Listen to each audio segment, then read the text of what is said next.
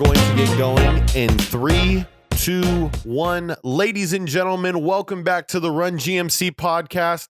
Today, I've got a special episode for you guys. I've been mentioned to a lot of my friends. You know, I talked to a person on Xbox who is a Students for Trump president at his school, and we had a great hour-long conversation out of nowhere. And I think it's really important for everyone to hear out his point of view and what he has to say, because it was really eye-opening for me.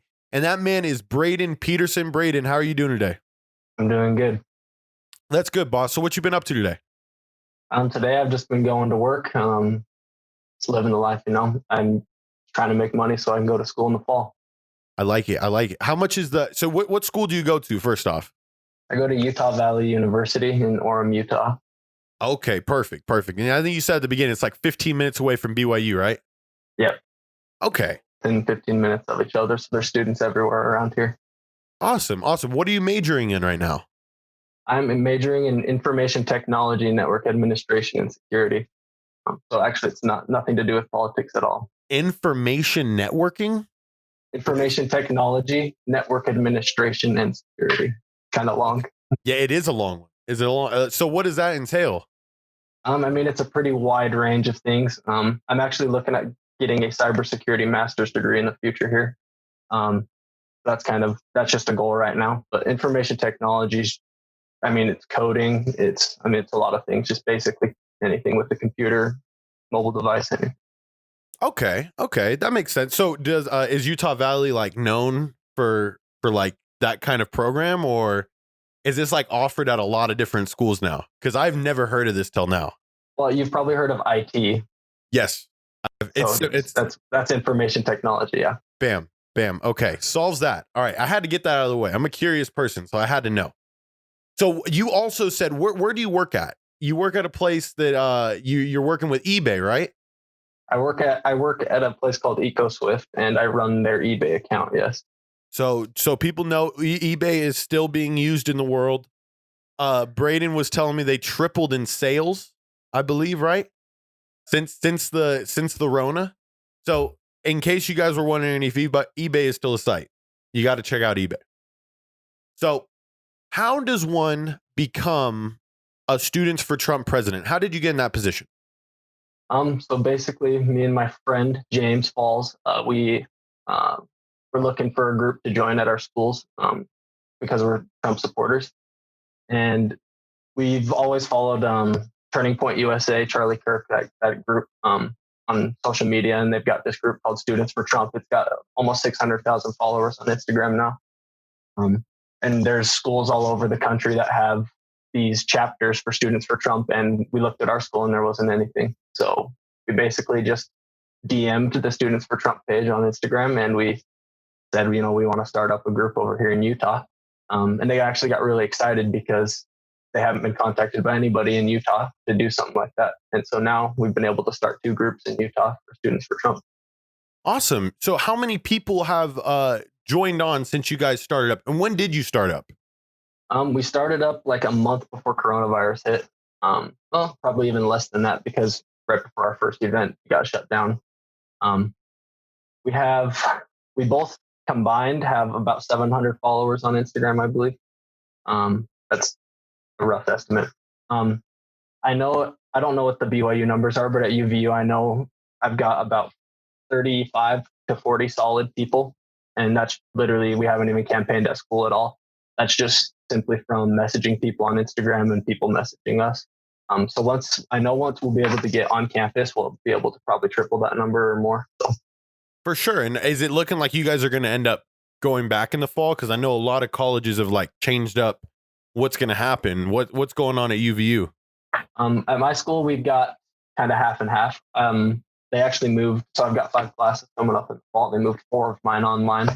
So I don't really like that, but I've got 1 class at the university, and then I've got 4 classes that I'm going to be doing online. That surprises me. If you're an IT guy and you don't want I figured you'd have 5 online classes. Well, yeah. It does make sense, but like this last semester in the spring, trying to do schoolwork on the computer, like just sitting in your pajamas at your apartment, it's so hard to focus. When you're actually at campus, you can actually focus and you're in a classroom setting. I just learned much better that way. I don't think everybody's that way, but for me, I'd rather be at campus. So I probably plan on going to campus to do my online work anyway. Okay. All right. It makes sense. So I feel similar in a sense where it's like I would push all my online work back to like a certain day of the week, and then I would like jam it out.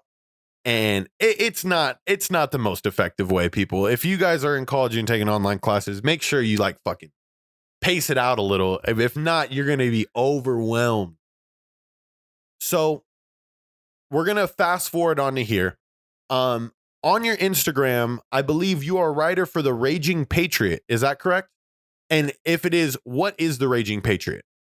So the Raging Patriot is a conservative, I don't know, news organization kind of that has been started by a man named Tyler Webster. And basically the Raging Patriot, we write articles. It's all college students writing articles. On Instagram, we've got 120,000 followers, I believe. And I don't know if you saw, I recently actually was able to interview Roger Stone, the former Trump advisor that got muted by Donald Trump recently. I have not. You mind going into that? We'll just dive into that. So Roger Stone was a former Trump advisor who was involved in the Russia investigation. You know all about that, I'm sure. Mm-hmm. Like General Flynn and stuff. And so I was actually able to, through the Raging Patriot, set up an interview with Roger Stone. And basically we just talked about, so obviously his argument's going to be that he should be set free from jail. And so my whole interview is on YouTube with him, and you can go check that out on the Raging Patriots YouTube channel. We actually just started that up. So it's actually pretty small, but. Okay. No, but definitely. So Roger Stone, I myself am not that informed on him. He's in prison right now, it sounds like. No. So he was actually, he was scheduled, or he was ordered by a judge to report or turn himself into prison on July 14th, tomorrow. I believe it was July 14th. I could be wrong on that. Okay. And he was supposed to go there. He was charged with, I believe it was lying to Congress and obstructing justice, or what's the word? He was interfering with witnesses. I can't remember exactly because I actually was not, I was not around when the prosecution was going on. I was actually serving a mission. So I wasn't really up in the all informed. So did this come out in the Mueller report? I believe so, yeah. So it was part of it. So like they started investigating Roger Stone. This is what he told me. He claims that after they found that there was no collusion with Russia, they decided to start investigating him, even though they found there was no collusion. And so that was kind of the grounds for him getting commuted by President Trump, because they shouldn't have been investigating him anyway. Okay. So if he was interfering, like they say, interfering, wouldn't that be in favor of Trump? So, like, what do you mean? Like he was like if he did interfere, which the Mueller report, I'm saying, I guess that he did. Was he interfering to help Trump, to benefit him, or to? Yeah, he's a friend of Donald Trump, and he was part of his campaign. And so what they're saying is the argument is that Russia helped Trump get elected, right? And so they're saying that Roger Stone was a big part in that. Okay. He was the one that kind of helped the Russians with like WikiLeaks and that kind of stuff. Okay. I want to make a correction. I do not believe the Mueller report has anything to do with Roger Stone. I just believe maybe it does. I haven't read it. It's so long. Well, yeah. I've only heard like snippets from it, but I figured, that might have been tied together, because I do remember like a lot of names popping up when the Mueller report came out as to who might have been involved in those in the Russia investigation. So you got to interview him through the Raging Patriot. Was there anything like eye-opening that he told you that you were like, wow, I didn't expect to hear that? Well, basically his whole argument is that like what's kind of scary about it was the whole like judicial system was corrupt against him. That's how he feels. The judge was like a Clinton donor. She would go on Instagram and Twitter and she would talk about how much she hates Roger Stone. So explain to me how that's a fair trial. If your judge and your jury hate you, they're obviously going to prosecute you, and they're obviously going to put you in prison. So he felt like it wasn't a fair trial. So how could he even be put in prison for this if the people judging him hate him? Okay. No, this is definitely something I got to look a little more into, because obviously, but I feel like in those situations, right? And a Trump has, or I mean, your judge has to be honest in that courtroom if they have any conflicts of interest. So I'm shocked to hear that. Yeah. And so Trump, instead of pardoning him, because pardon means like there means you were guilty, but the president's setting you free. Commuting Correct. him means the president believes he wasn't guilty at all. So that's like the importance of the language there. Okay. I know the difference. All right. So beyond Roger Stone, right? That whole Russia investigation, I feel, is one of the biggest points in the Trump campaign, because from all the news that I've learned, right? Russia did have a somewhat of an effect on our election, whether it be through ads on Facebook and Twitter and stuff. So what did you learn about the whole Russia investigation, and like what am I missing here? Was Russia like as prevalent of a Well, honestly, the Democrats have been pushing this Russia thing for years now, right? Ever since like the very first day that Donald Trump got in office, they said they were going to impeach him. I remember Maxine Waters saying that, like, our number one goal is to impeach him. It's like, you can't just impeach somebody because you don't like him, you know? Yeah. And so now they've started pushing the whole Russia thing, and that's all you've heard on the news for years is Russia, Russia, Russia, Russia, Russia, Russia. Don Lemon, Russia. Chris Cuomo, Russia, you know? But the Robert Mueller report came out, and they said that they found no collusion with Russia at all with the Trump campaign. And they're still pushing Russia. Like a few days ago, I heard Nancy Pelosi talking about how Donald Trump's a Russian asset. It's like, it never stops. It's literally like saying the earth is flat, you know? That's how I see it, at least. No, definitely. Because the Mueller report, for people that don't know, you have to go at least watch the synopsis on it. Like Braydon said, it's a very long document, and it's very tough to understand if you're not politically savvy, like myself, right? So I need those synopsises. I'll post one in the link below. But you have to understand that it came out and it showed that Trump was not colluding with Russia. And for us to still be bringing that up, or not for us, I should say, for Democrats to continue to bring it up, I could see how it could be frustrating. But at the end of the day, if he didn't, he didn't. We'll move on to the next thing that I figure is really important. And it's the reason why I am against Trump. And it's his immigration policy. So I myself come from a family of immigrants. My father came from Cuba, and my grandma, my mom's side, was came over from Austria in the 1940s. So I feel America is a place where immigration was it's our history, it's our key, you know. It's how we have we have a huge Hispanic community in the Southwest, you know. You have a huge European community along the East Coast. So I feel it's really important for United States to be not an open border, but obviously focus on expediting the process to become a citizen. Because a lot of the people coming from Mexico are now locked up in places that are in horrible condition. So like what is your view on his immigration policy and wanting to close the Mexican border, and then the stuff he did at the beginning too with the Muslims, wanting to ban Muslims coming into the country? Yeah. So I think something that gets mischaracterized a lot is immigration versus illegal immigration. Trump supporters, at least me, and the way I view Donald Trump, is he is not against immigration. He's against illegal immigration. The border wall isn't, like you said, a closed border against Mexico. We want a border wall with a door in it. And so if that border wall doesn't exist, illegal immigration can flow right through, right? And Correct. so how are we ever going to expedite the legal immigration process if we're dealing with all these illegal immigrants flowing in? I think the very first thing that needs to happen to be able to expedite the immigration process is to be able to control your border so that you can know who's coming into your country. And then in that way, we can do immigration, you know? Okay.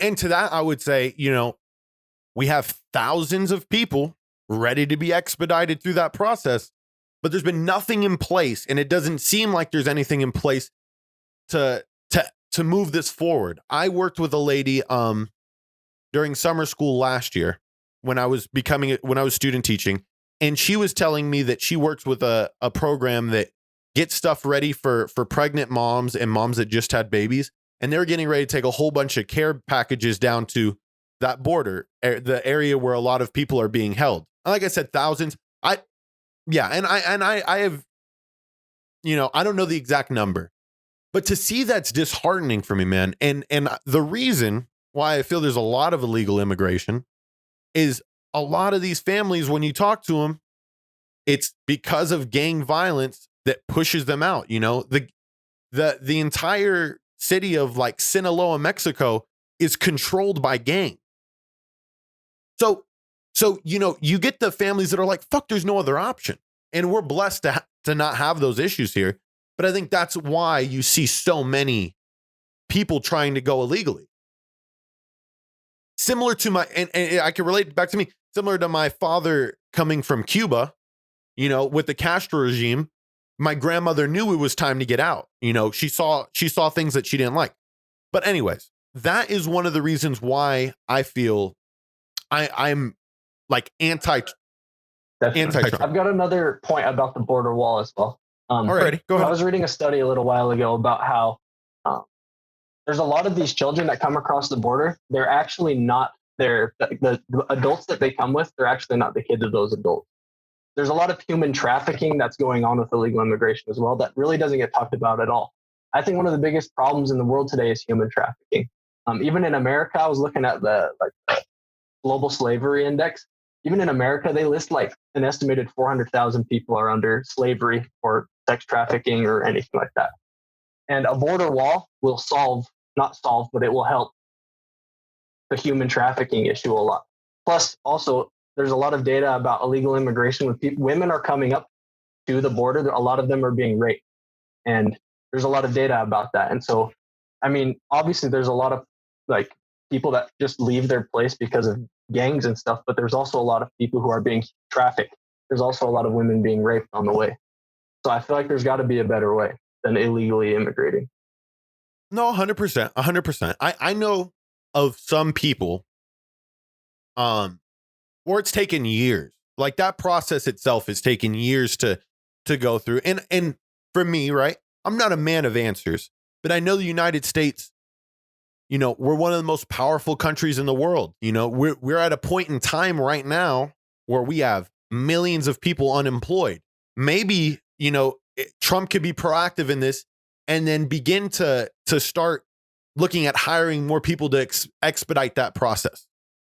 Because in my opinion, right, this is United States of America. We're united. We're, people say, a melting pot, of a whole bunch of different cultures and races. And especially a time like now, right? I feel this ruins Trump, because right now, I mean, we're seeing a division in America like we've never seen before, Braydon. Yeah, definitely. I agree. And, the division in America, I think Donald Trump, like, he obviously contributes to that because he just lashes out and he'll say whatever the heck he wants to say, But I think the division in America is driven by the media a lot. The media, I think, is one of the most dangerous things, but it's also one of the greatest things. Like, it depends how it's used. I think the media right now is used as a weapon to create this divide between Americans. Every night, if you watch Fox News, it's going to be, at least if you watch the evening hours, Fox News has some left-leaning shows earlier in the day. But if you watch the evening hours of Fox News, it's going to be, Tucker Carlson, Sean Hannity, right-wing people. You go over to CNN and you got Don Lemon, you got Chris Cuomo. I've even watched Don Lemon go on there and just basically hate on white people for a half hour. So I think the media is causing a lot of the division. And I think they lie a lot about Donald Trump. They mischaracterize things that he says, especially the Mount Rushmore speech. That was one of the biggest lies I've ever seen in my life, where they said that the Mount Rushmore speech was divisive and dark. And then you go listen to the speech and it was just simply about how America is going to get stronger in the future. It was, and I will jump in here. I am for the speech. I believe it's one of his best speeches that he's ever given. He didn't go off on any of his Trump tangents. He really stayed on the focus of unity and focusing on like building up from here, which he had to do. Because you and me both know, I mean, I've seen some polling numbers where he's down right now, and he's got to pick up. And I think this speech was a big turning point for him. But what were people on the left saying? Like, what was some of the messages? I like every single, like if you just like went in on Twitter and you typed in dark and divisive, and then you put the little filter verified, you could go through and you can just see like Washington Post, New York Times, all of them. They put dark cast or not dark. Trump casts the dark shadow of the future of America. Trump has a dark and divisive speech at Mount Rushmore. Trump gives a speech in front of two carved out slave owners, like things like that. Like they're literally, they don't want unity at all, because if there's unity, the people aren't going to be glued to the media. And so the media wants us divided. The media wants us to all hate each other, because if we all hate each other, then we're going to stick to their news, and their news makes money. Does that make sense? No. And yeah, I was just about to hit that. The more divisive it is, the more views you're going to get. I mean, I put a clickbaity clip art on this video and we're going to get a shit ton of views, Braydon. Like, and I mean, that's the way it is. I think that what's most important that people have to figure out, and which I've found out in the past couple of years, is you gotta listen to everybody, and you gotta decide on your own. You gotta go away from the medias, and you gotta like really sit down with yourself and just see, what do I believe in? Because I'm not gonna lie, when I talked to you over Xbox that day, I was like, what? Let me like just start to like try to process it a little bit more from the Trump point of view. And not only Trump's point of view, because like you said, he could be divisive at times. He's controversial. Yes. He tells those people like interview him, not for you. No, I'm not answering your question. And like, I stick to that shit, and it makes me not like him. But the whole Republican Party at a whole, there's a lot of things that I don't agree with. And I think we could jump into this one right now just to see where you're standing on it. Abortion for me is a woman's, it shouldn't even be voted on by men, in my opinion. It's not our stance, but Trump himself said that women that get abortion should be punished. So where do you stand on that? So I am very, very pro-life. And that's one of the main reasons I love Donald Trump, is because he's one of the most pro-life presidents we've ever had. He's the first to ever go give a speech at a pro-life rally. I disagree. I think men actually have every right to talk about abortion, because, the baby inside that mom it's part of the dad too, is it not? Correct. So I always hear this, my body, my choice, that chant, my body, my choice. Well, is it really your body? Because there's a baby inside there, is it not? Like, I don't understand. Can you help me understand what the my body, my choice is? Because there's two human beings in there. There's two heartbeats. There's two brains. Mm-hmm. No, I get that. I get what I see. And from my view as a teacher, is I see a lot of broken families, a lot of parents that weren't ready to be parents. Now, I'm not saying that, some of those parents like aren't like pro-life and everything, and they wanted to make that choice. But at the end of the day, dude, I know it's half of us, but if you're not financially ready to care for a child, you're putting not only yourself at a disadvantage, but now that child's going to be at an even bigger disadvantage when you can't care for them the right way. Yeah. So let me ask you this. So when is the like point of no return? Because like a baby, once that baby's created, it's becoming a human being. Do you agree that a baby inside a mom is a human, or do you believe it's a bundle of cells? A bundle of, if you're going to put it that way, I believe it's a bundle of cells. I believe. So you don't believe like if it has a beating heart that it's not human yet? Like you believe that it's not a person until it comes out of the mom. That's your view on it? That is my view on it. Okay. And my view is I know that's tough. I know that's tough because I want to say, of course, it's that baby, right? It's a life form, but at the same time, you have to be ready. Like having a kid is the most. Is that having sex that choice? Why is it that we make that decision after we have sex? If you're not ready to have a kid, don't have sex or use protection. Why are you going in there? And if you're having sex unprotected, you know what the consequences and risks are. You know that a baby might be formed. And if that I believe that that's when the choice is made. If you're not ready to have a kid, then don't have sex unprotected. It's as simple as that. And if you make that decision, you live with the consequence. That's how I see it. Okay. Now, was this view formed based off of your religion? Because I know at the beginning you said you went on a mission. Is the Mormon religion pro-life, and is that how that started in your mindset? So, were you a person? Are you married? Okay, so are you a person who's waiting to have sex until marriage? Okay. No, I respect it. I respect it 100%. And so there's just a lot of people, and I feel like Trump is one of them, right? Let's say, because truthfully, if this man hasn't had an affair, he's definitely made a mistake sexually. And for him to be like, what if he fucking, his rubber breaks? He comes inside of, Ghislaine Maxwell or whatever when he was on Pedo Island. I'm just joking, but let's say some shit like that happens, right? And is he not going to abort that child? I don't know. I mean, that's just a obviously hypothetical. He's not like he said he's not. I mean, Donald Trump actually used to be pro-choice. He has his thought on that has evolved over the last. I think it was in the 2000s that he changed his thought. I was reading that a bit. He has changed parties, I believe, like 3 times. He used to be a Democrat. I know that. He definitely was in between. I think what Trump saw was a perfect opportunity to, it wasn't like that he knew that this division would come, but I think that he was just bored of not being able to be in control. Like his company wasn't doing enough for him. And that's why he was like, shit, let me just see if I can do this on the next scale. Yeah. Like you're saying, that's why you wanted to be president. Yeah. Like that's. See, this is another funny thing. So you're a Democrat, right? Correct. So Democrats and Republicans or Trump supporters view these things polar opposite. And I think it's so interesting. Like you guys view it as he wanted more power.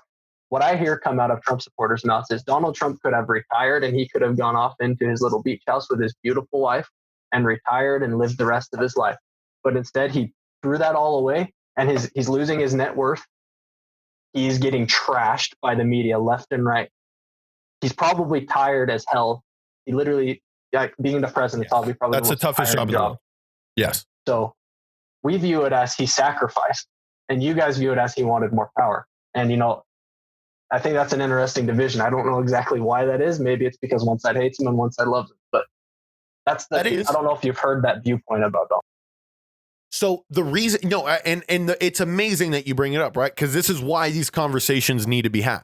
Because until this point, I was just saying that because of everything, all these moments that have led up to this conversation that me and you are having right here. So when I think about it, Trump presents himself as a strong, powerful force. He likes to command a room. And the stories that I've heard, he sounds strong. He sounds like a powerful guy. That's where I'm coming from with it. And he knew that he can use those strategies that he's learned in building his businesses to run a country. So I don't mean it as in powerful, as in like a negative connotation. Like he's a strong voice. Yeah. But I could see it. I definitely see that. Yeah. And one of my favorite, one of the things that caught my eye in 2016 was Donald Trump said that he was setting all aside everything that he's doing for the American people because the country's given him so much that he wanted to give back to it. And, I thought about that a lot. And, I took it as genuine. Obviously, a lot of people don't take it as genuine. But I think when you set down your business, when you set down your beautiful lifestyle, because obviously he had billions of dollars, he could have literally just spent the last 20 years of his life on a beach, living the life, Yeah. He chose to go out there, get trashed by the media, and come out and try to help the American people. And, that's how I view it. And that's why I think Donald Trump is genuine about what he's trying to do. Okay. No. I could see it. I could see it, man. Because it is true. I think the thing that kind of really pissed me off, and it's like it's the toughest job in the world.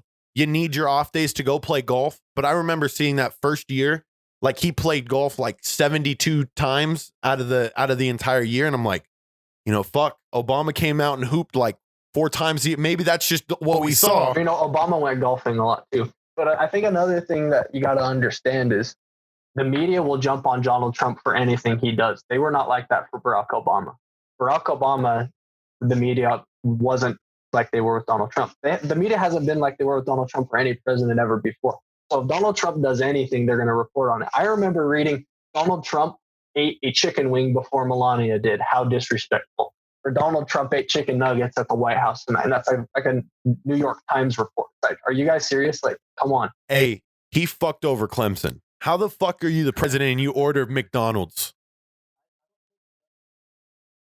No, there's no way those fries weren't cold. Those fries were fucking frozen by the time those kids got them. National champions. I don't think that's our biggest issue right now, but hey, it's a point. And you brought it up, McDonald's and chicken nuggets. I was like, hey. I just remember the news reporting on what Donald Trump ate for dinner. I'm like, I don't care. Nobody cares. This is why the people don't trust the media, you know? Yes. Okay, what I'm waiting for is I'm waiting for people to be like, Joe Biden fucking isn't it.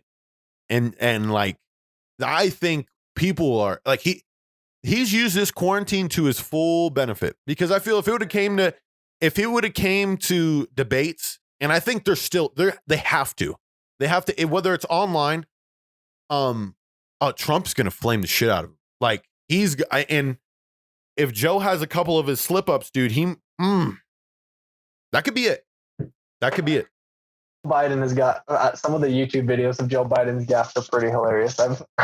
Obviously people on the conservative side enjoy that stuff because, like, I don't know, Joe Biden I believe, and you know, the polling shows that a lot of people believe he's got early dementia. He's got something wrong with him. And I've heard, like, you know who Michael Knowles is of the Daily Wire? No, but I've heard of the Daily Wire. Okay. Michael Knowles, he's always talking about how this quarantine is Joe Biden's campaign. And like, if this quarantine wasn't here, he'd be absolutely screwed, like you were saying. I think he would have honestly lost but it's the numbers were showing right before we hit quarantine. It was like a week or two after is when he locked it with like based on numbers. But man, like, it was just disheartening. The Democratic system's really messed up in the caucusing. And we had mentioned this when we talked on Xbox, saying that there's got to be something that needs to change as far as election wise. To only end up with 2 candidates it baffles me. You know, I believe that there should be system kind of thing. There should be an array on both sides. Like, there should be another Republican candidate running. Like, the fact that we only have to stay looking at Donald Trump's perspective, it sucks, because Joe Biden locked up the presidency. There was no other, you know, Bernie conceded like a week after, because you look at the numbers and there's no way you can do it. And it's like, now we're stuck. And he's, like you said, early dementia. I just don't like him. Like, it's just the more and more I look into what it takes to be a president, because that's one of the reasons why I didn't like Trump as a president, is because I felt there was a lack, especially during the beginning of the Black Lives Matter protests, like a lack of leadership in saying that everything's going to be okay. You know, as far as when he had to tear gas people in front of the White House to get to that church. That was huge. That's a huge point for me. And I want to go to that point in time. He tear gassed the people, cleared a way to walk into the church. And now what I mentioned to you is what I feel a good president does leadership wise is, although it is dangerous, you have the best security force in the world, but you go out and you talk to the people and you listen to the people's, you know, point of view and what the people are saying. Like we said, there's a lot of people that took those protests and used it as a way to incite violence. And that's what could cause a dangerous area. You know, you get a president out there, the people would start throwing shit. And I'm not saying it wouldn't have happened. Carrying guns too as well. But at the end of the day, right, if you get a crowd under control and you're able to talk to them and hear their sides, because I think just as much as we're run by the media and what our thoughts are run by the media, Trump is on the media too, man. Like, he's watching Fox News. I remember watching a Vox video showing that there's something said on Fox News and Trump tweets like fucking 2 minutes later. So like he's he watches Sean Hannity, Jesse Waters occasionally. Yeah, he'll post their like opening statements occasionally. Correct. So, but like, you have to also open your ears to other sides too. And I feel that was a big leadership divide, but I also don't see that leadership coming out of Joe Biden because, like he's trying to stay alive long enough for the Democrats to win. Like, seriously, in my opinion. And I don't understand why the Democrats didn't elect somebody that was younger. I don't agree with Cory Booker or someone younger, but I feel like Cory Booker would be a formidable opponent. I feel like he could go to a debate and he could actually talk with Trump, and people would actually, it would actually be a good debate. I feel like Joe Biden is just like, I don't know, he just is an empty suit, and he's just going to get into the office, and I think other people are going to run it for him. 100%. I said it. I said it to you before. I think it was like when we first started talking, I was like, I don't like Biden, but I'm kind of like vouching that this vice president takes over in about a year when he passes away of just natural causes. Cause no, it's scary, man. It's scary. Cory Booker was a good choice. I was a fan of Pete. I liked a lot of Pete for president, right? But nobody who's gay is going to become president in the United States. Like that's it. It won't happen. In my eyes, like people someday. I think this election, though, like this cycle, like I feel there's still such a huge division along those lines. Now, what is Trump's thoughts on the LGBTQ community? Do you know? I'm not too studied on the LGBTQ community. You could say I'm pretty ignorant on that subject. I don't want to say anything about it really because I don't know much about it, even with like Donald Trump's policies and stuff. So I would rather not just talk. I would rather not make comment on that because. Okay, well, I know you don't know how Trump's is, but like, how do you feel about this topic? Like, are you for people being able to have the right for marriage? Like gay people to have the right for marriage? I think everybody deserves a right to do as they please. Obviously, coming from a Christian background, like Christianity, like my church, we believe that marriage is between a man and a woman. And it starts to get on like a slippery slope, like especially during the Obama years. So like, I don't know if you've ever heard of like a Latter-day Saint temple. Yeah, that's where we get married, and that's where we go and get married and stuff like that. You guys go there before school too, right? For seminary? No, that's just a church building. Okay, so the LDS is different. Okay, I've never known there was different. No, it's the same religion, but we have temples and we have churches. And so like at temples, we perform things like marriages. Okay. And so these laws that are trying to get passed, some of them are going to require places like our church, like our temples, to do gay marriages inside of our temples. And so we feel like that's impeding on our right or our freedom of religion, And mm-hmm. So, I feel like if we can find a way to create a way that allows freedom of religion, but also allows, gay people to do as they please, I think that's okay. But I think as soon as you start impeding on religions and telling them that they have to do something a certain way because of this law, I think that's absolutely not okay. Okay, and I could see where that divide comes. I'm a fan of Ben Shapiro's, and I love listening to his podcast. And if you guys haven't, he's a great person. Out of all podcasters, he's going to present just the facts, and he leans slightly right, slightly more conservative, but at the same time, he's in the middle. Yeah, he has been. And that's why I listened to him when he was like, "No, Trump was wrong about this," and like he states it just clearly and why he believes that. So I like listening to him. He's in the middle. He's a person of Jewish religion, and he is not for gay marriage whatsoever. And it's not that he hates gay people, it's just that his religion doesn't believe in that. So I could see where where it comes from. I feel like if you are a gay person and you're Mormon, like wouldn't you just leave? Like wouldn't you just leave like the Mormon religion entirely? I would say that's probably happened a lot. Like down in Salt Lake City, there's a lot of people that protest the church because it's against against homosexuality. Mm-hmm. I mean, I'm not a homosexual person, so like I can't say if I would leave or not. But I Okay. definitely know that a lot of people have, and there's also some that actually haven't left because of it. So I mean, it's just kind of up to the individual, I'd say. Yeah, I feel like, I mean, you could kind of like, if you are that in like really invested in the Mormon religion, you end up being gay. I say like, you can get like side hustle married, just don't get married in the church. So be it. You know what I mean? You've been practicing this shit for years. You knew it was coming. So like you could still get married, and that's I think that was a huge point in America too, is like just realizing like, guys, what are we fighting for? And I think you feel the same way. It's like, let's just let these guys get married.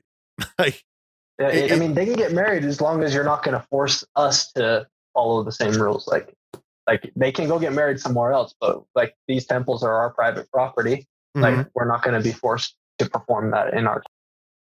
Yeah. I was really in, like I said, I was into Ben Shapiro. I listened to this Joe Rogan podcast. I feel Joe Rogan wasted so much of his time pressing this whole like, why don't you? So if there was a gay after party, he's like, are you going to go to the after party? And it's like Joe, like, come on, God damn it, like focus on this, like asking about different shit because I haven't seen that podcast. you got to listen to it. You got to listen to it. Fast forward through the parts where they're talking about. I'm telling you, it drags out for like 30 minutes. You're just like, there's no need. We've already dragged it out long enough, and it's been 7 minutes. Okay, so I was looking at what would I also be critical of Trump for? The Green New Deal, bringing all that renewable resource energy to be processed here in the States. And, I had watched another YouTube video explaining how Trump is like one of the first presidents to want United States like energy dominance. He wants to dominate the whole energy market. And he's doing it through like oil and stuff. And like, what is it called? Fracking. So what do you feel like is helping Trump in that case? Because I know he hurt a lot of his supporters when he focused on like building oil rigs instead of wanting to go renewable. Like kind of in the Rust Belt area of America, kind of like Pennsylvania, West Virginia. Okay, sorry, what was your question again? So the question is like, what would you say like Trump's response is to everybody saying like him not signing the Green New Deal is like? Well, I think the Green New Deal is absolutely insane. The Green New Deal. Can you kind of remind me the main points of it? So from what I remember, it was like by a certain year, I believe it was like 2025, like 70% of all your energy in your country has to be renewable energy. Yeah. That wasn't just what was in the Green New Deal, though, right? Because I remember reading stuff about how they're going to try to eliminate like cars and eliminate air travel within the Green New Deal. The whole climate change thing. I don't think climate change is a hoax, but I think the way that it is politicized by the left is a way to push their agenda. Does that make sense? And so the Green New Deal, I think, is filled with things that are to push the Democrat agenda, and not really. And it's more just like higher taxes on people, get rid of all of the coal industry. The amount of jobs that will be lost if we just eliminate that industry would be catastrophic to those areas, Mm-hmm. So no, I get those points, but at the same time, it's like if we're gonna eventually, you're gonna have to start making the switch. I think it's scientifically proven that by 2050 we will be out of all fossil fuels and we will have to be living based on a renewable energy basis. So my point is, right, is like, it's not that you're going to be cutting those jobs. You're going to be making so many new jobs when you start focusing more on these renewable energy plants. Now, I'm a person who it's like, dude, I've talked to a person that works on cars that go autopilot. Fuck, I'm forgetting the name for it right now. But so cars that can operate on their own. And he was saying that it's a matter of about 20 to 25 years at this pace. So like without the Green New Deal or anything, he's like, where you're going to have the majority flip to where we're going to be a majority electric cars and the minority will be like cars run by engines and stuff. I'm not saying that we got to get completely rid of cars, because I mean that's not right. But you need to start looking in the future in that sense. So that's what it was portrayed to me as. When Trump didn't sign this, and I believe that we were one of like, I think it was less than 10 countries that didn't sign this, the Green New Deal. You know, what does that make us look like in your eyes? Like the whole Paris Climate Accord thing too, I was happy we pulled out of that. The whole problem, I think, with like these, by 2050, this is going to happen. I remember, I wasn't alive, but I remember reading about, Al Gore saying we're going to be underwater by 2012. Like all these predictions that get made, they're honestly just alarmist. Like there's no way to, like, science isn't ever settled. That's something that I hate hearing, is the science settled, because science is an ongoing thing, and science can be hypothesized and tested over and over again, but it's never really proven, other than things like, the earth is round. But I think these predictions, I haven't seen a single one come true about climate change. And so I have very little faith in all this stuff about how, by 2050, we're all going to be burnt up and dead. Like I remember Alexandria Ocasio-Cortez saying we've got like 10 years and we're all dead. And so, I think the alarmist part of it, that's what turns Republicans off, is because we've seen these predictions not come true and they're making them again. And so we're just like, no, it's complete. It's a hope in that form. Okay. And it could be another one of those, like the media. Yeah. At the end of the day, man, we live in a day and age where it's, no matter what we do from this point on, Braydon, it's controlled by media.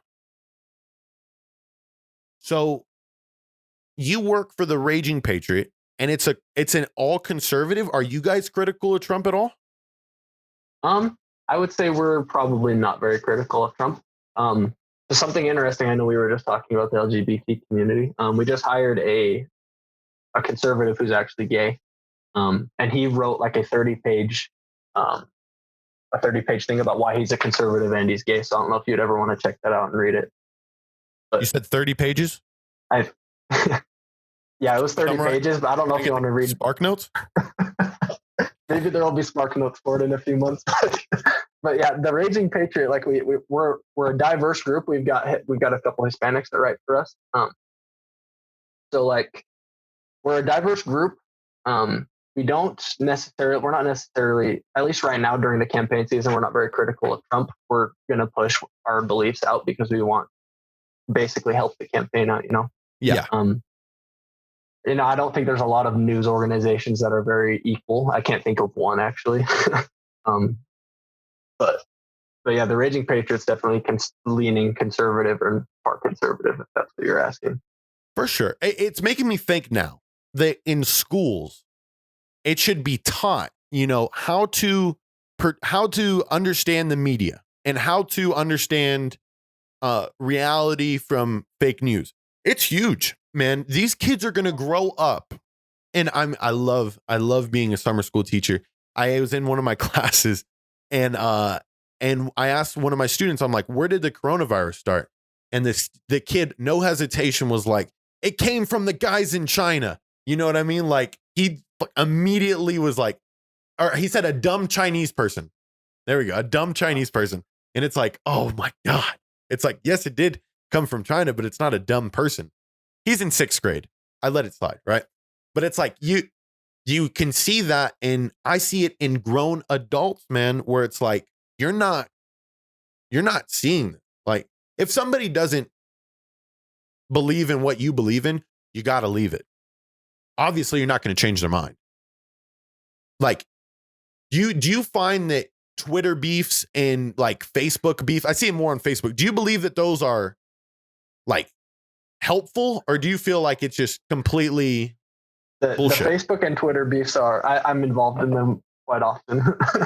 Okay. They're not helpful at all. Like it's literally just attack. The left likes to call me, like, not the left, but yes, the left. People from the left. They love calling me racist. And I'm not racist at all. Like a lot of conservatives are painted as racist right now, and I don't really understand why. It's because of my white skin. Like, I don't, and that when someone calls me that, I fight back, and that's not beneficial to fight about stuff on the internet. Yeah, no, I think it's beneficial to learn. You got to set that shit down, dude. I'm glad you're at least open about it, because shit, you were exactly who I'm talking about. Like, there comes a point, obviously you're pushing what you believe in, but people, especially online, when you're behind a screen, bro, it's people think they're fucking Thanos, you know what I mean? Indestructible. They got all the rings.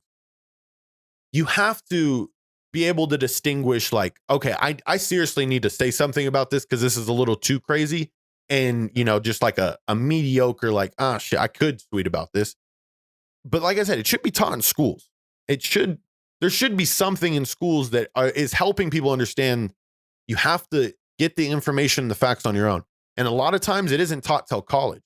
Do you feel like college is the turning point for you, like, political wise, like being? I think college is the worst place in America right now. Okay, go on that, because that's interesting. So I actually read a study today about the teachers at Harvard. Guess what % of teachers at Harvard are conservative? Oof. I'm trying to, okay. 7. It was less than 2%. It was like 1.2. There's see, I don't. It was upwards of 90. I think I can't remember the numbers. I'm pulling this up after we look it up. It was like, I think it was 95% Democrat or extreme left. And so I think the problem with identity politics and identifying everybody as our skin colors is, so we're going into universities and we're saying, okay, we need this many black people in our university to meet this quota of diversity. I think we're looking at it completely wrong. We need to get diversity of opinion, not diversity of skin color, because assuming that everybody that is this color thinks the same way is completely racist, in my opinion. And so I think we need more diverse teachers. We need more teachers that are conservative in colleges, because, like this week, Penn State, did you see this? Mm-mm. This Penn State Liberal Arts Center, they tweeted out this whole list of these people matter. And one of the points on the list was, conservative students, your viewpoints matter. And guess what happened in the comment section? Just everybody goes off on them, telling them that they're allowing white supremacists to have a voice. They're allowing it. And so they take the post down. This is the problem with universities, is kids like me, we're not allowed to talk, otherwise the mob comes for us.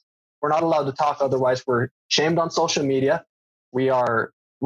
Sometimes we get fired from our jobs because we're conservative, because of maybe we said we support Trump on the internet. So like, I think the universities is a very dangerous place for conservatives right now. And that's why, I'm trying to bring the students for Trump to my school, even though it's a dangerous thing for me to do, honestly. But I think someone's got to do it. We've got to take the universities back. They can't just be this place where this far left ideology is pushed on everybody, because right now it's a big problem, in my opinion. I feel when you go back and you do, obviously, right, and you know the kind of things, I know what's going to happen. Yeah, you know exactly what's going to happen, right? It's got to be level-headed, man. It's got to be, taking it with a grain of salt, because although not everybody's going to give you the time of day, it's important to not change people's minds, but at least open people's minds up, like how you opened my eyes. I could have told you the day I saw you to go, screw yourself, but now it's benefited me tremendously to actually have given you the time of day. Yeah. I feel you got to push the agenda of, not divisiveness, but just saying, like, we want you to be informed. We want you guys to learn. We understand that this is the way you feel, but honestly, understand, like, why we feel this way. I feel, you said that Trump has not, or has, would condemn be the right word, extremist. Mm-hmm. Like, contemned the extreme on the right side. White supremacist, right? But at the same time, and I know the media is portraying it, but I was actually there at a protest. We're out there supporting Black Lives Matter and police brutality. And these are the protests that are getting shut down. And, I've seen the KKK rallies where it's like, people are walking around with guns, and it's all peaceful. And we don't live. I feel if we lived in the South, we'd be a little more apt to seeing stuff like that. I feel that's where you see the most prevalent area of white extremists. And that's kind of where it was when it. So when I've seen a recent documentary where, you know, their message in it all, right? At the end of the day, these KKK people, because it was up to them to decide to do these documentaries. And I feel it was very bold. No, it wasn't Charlottesville. I am trying to think of what it was called. It was on Hulu. I will get back to you on what I watched, but it was like a light-skinned dude who was in there doing the interview. So like, cause they wanted a person of color to be the one talking to them. And it got to a point where they were at a rally, and the dude was like, okay, like, we want you to kind of like just stay back. And the dude was like, but if you guys aren't going to hurt me, like, why do I have to stay back? And I feel like it was at that point where it's like, you really saw the racism and the division. So what I'm just saying is I feel Trump's got to be way more vocal on saying that is not us, you know, because everyone puts you guys as them. So has there been moments, and I just haven't seen them, where Trump's like, I don't condemn He's that? condemned white supremacy multiple times. And if you look it up on YouTube, you'll find it. Donald Trump condemns white supremacy, condemns the KKK, condemns David Duke. But the media is never going to talk about that, because the media wants you to see me as a white supremacist. They want you to see me with a white hood on, because if I'm painted as that, then you're going to hate me, right? They want this division between you and me. I am nowhere near the KKK. I'm not racist at all. I'm a Donald Trump supporter, and I completely condemn white supremacy. I completely condemn any form of discrimination against anybody. I think that's important to say. That's important to get it out there. If you fucking see Braydon, don't press him on this shit. You're wasting your time. Absolutely. And, you know, I think something we were talking about when we were talking on Xbox was have you ever heard of a man named Braydon Peterson? I have heard of Braydon Peterson. Have you listened to anything about, like, have you listened to his lectures at all? Are you going to mention the hair color lecture where he says we should view everyone how we view hair color? No, I'm not. I don't know what that was. Okay. I thought you were going to go with that. Like, because I believe in it. I'm going to jump in just because you brought him up. He talked one time about how we have to view people just like we view hair color, you know, like it doesn't really matter. You know, nobody's like, oh, I hate redhead. Some people might be, but like, I've heard that a lot in my life. Well, I mean, besides you guys not having souls, like it's just more accepted. No, but anyways, oh shit, Braydon Peterson, what podcast were you going to talk about? I'm talking, I don't think it was a podcast. It was a YouTube video I watched, but he was talking about how one of the main problems with the left is the left doesn't draw the line between what's too far left. And so he brings up a point of, I think he thinks that the left should draw the line at equality of outcome. He thinks that should be the point where you say, no, that's too extreme. Mm-hmm. The left, when I see Joe Biden, I see Nancy, I don't know if you saw this the other day, Nancy Pelosi, she said, people will do what they're going to do when asked about just ripping down statues out of nowhere.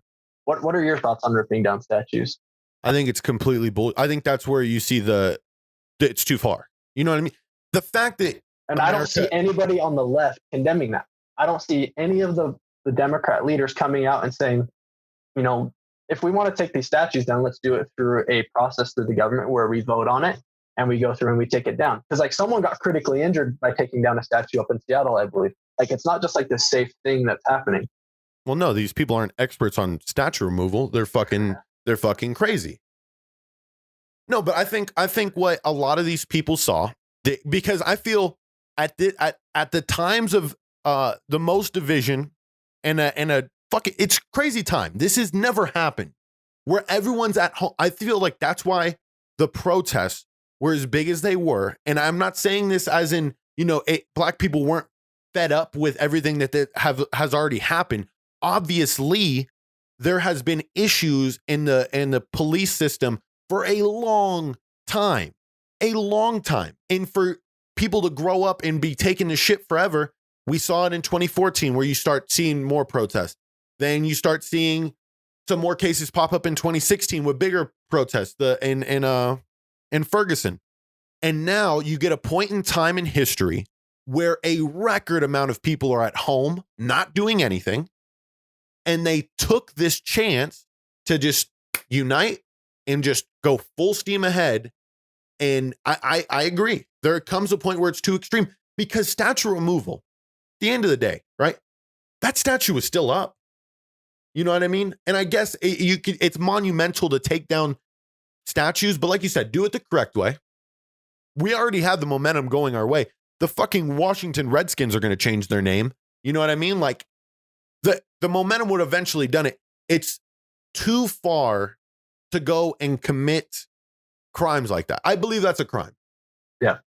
Yeah, and I think the rule of law needs to be upheld. And if these people are going to go out here and break laws, they need to be held accountable for it. Just like if a policeman does something, he should be held accountable for it. But my problem is I don't see Joe Biden. I don't see AOC. AOC is extreme in my view. She's AOC, can you inform me on AOC? I am completely ignorant on this. Alexandria Ocasio-Cortez. She's one of the congresswomen up in New York. Okay. She's very popular amongst left wingers. Okay. She's very young as well, and that's why she's popular. But so I don't see her the AOC. Well, yeah, that's just her initials, AOC. Well, I know, but I'm saying you said the AOC. I thought you were talking about like some political organization. That's a dope ass fucking. Did I say the AOC? I meant to just say AOC. Yeah, no, you said the AOC. I was like the AOC. But my problem is with the left right now is nobody's drawing a line, and so I see if the Democrats are going to take over every branch of our government, they're just going to allow this to go forever. Like, where is the line when we stop taking things down? Like, they're taking down statues of abolitionists even. Like, it's not just like they're taking down a statue of some Confederate soldier. They're taking down statues of Jesus Christ. Like, at what point do we stop these people? And all I see is Nancy Pelosi go up there and say, oh, they're going to do what they're going to do. People will do what they're going to do. It's like, no, that is not a leader. That is somebody that is enabling these. And that is why the left has got to start. They've got to show the American people where the line is. Because I think if they don't show the American people where the line is, I think this election is going to keep slowly move towards Donald Trump if they don't. I agree. It's you gotta speak it, but it's not popular to speak it because of the cancel way culture will absolutely eliminate you as well. Yeah, the cancel culture is it's pretty crazy. It's cost people jobs, you know. But I feel at the end of the day too, I'm a person who earlier on in this podcast said, you know, if people don't agree with you, like screw it. You know what I mean? Like, because those people aren't worth the time. Those people aren't worth the time because obviously they got their mind so played out in that mindset. But, you know, I can think I could say this. I've fully agreed that defunding the police is probably the worst thing that could happen right now. I feel like I think it was like 70% of Americans don't support that. I'm pro gun, but I don't have a gun, and I really need to get one. Do you have a gun? Yeah. Back at my house, I do, but I'm at my college apartment, so I have it with me. But okay. Yeah, I mean, I don't know if you heard about those two the two people that brought their guns out at their house. Do you remember that? The two white people. There was a gated community. Yeah. Did you know that the authorities recently just went in and took all their guns from them? Do you know that? Really? Yeah. It happened a few days ago. And it's been a big outrage because it's like these people were defending their property. Like those people, did you see the fence? That those people completely tore down their fence to get into their property. And so they went out and defended their property. And now they said charges are going to be filed against them. Yeah, no, that's ridiculous because I've also seen this. There's a right after that, there was a group of black people on the street, and they were saying that, you know, if they're going to walk around with their AKs, we're going to walk around with our AKs, and it's just going to it's going to pop off. And it's like, guys, like, you know, but you got to that's the thing, you know, don't look at those people just holding guns. Millions and millions and millions of people saw white people holding guns with protesters walking by. But then you think about it, gated community, they break down the wall. Goddamn, what would you do? Like, I would be worried. Burn their house down probably. Like if it was my house, I've seen the whole city go up in flames. I'm probably thinking these people are about to come commit arson on my property, you know? You can't go into communities. I feel the thing that's really fucked up about protesting is when I was in the midst of getting tear gassed on Las Vegas Boulevard. You see my girlfriend getting hit by a rubber bullet. I'm like, what the fuck can we do? Like, where can one protest without any sort of just huge repercussion? Because no matter where protests were located in Las Vegas, like they were all eventually shut down by the police. Obviously, some people were, you're throwing stuff, but instead of having them in random locations, there should almost be one central location everywhere in every city where a group of people can gather to discuss whatever they're feeling. You could have a huge protest yard or whatever. And Las Vegas has a shit ton of these places, like these huge grounds.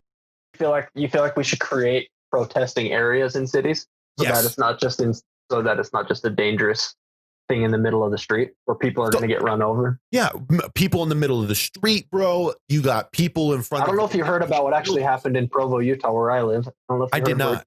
So there was actually a Black Lives Matter protest going on in the street with university students, and they surrounded this car.